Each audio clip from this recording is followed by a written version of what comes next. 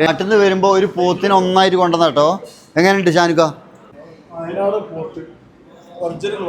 വയനാടൻ പോത്തും പ്രവാസികളുടെ ദേശീയ ഭക്ഷണമായിട്ടുള്ള കുബൂസും.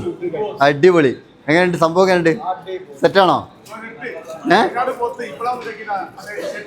അടിപൊളി. വനാസേ പോത്താണ്, ഒറിജിനൽ പോത്ത്. ഇത് ആവി വറക്കുന്ന സാധനം കേട്ടോ. രതീഷേട്ടാ കഴിച്ചിട്ട് പറയും എന്നിട്ട് വെറുതെ അടിപൊളി അറിയരുത്. എങ്ങനെയുണ്ട്? സൂപ്പർ. അപ്പോൾ ഇതാണ് വയനാടൻ പോത്ത്. സർണാം ഇതാ അവിടെ. സെറ്റാണോ?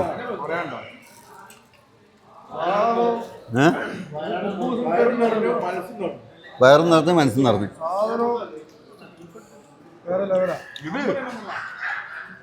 അടിപൊളിയാ.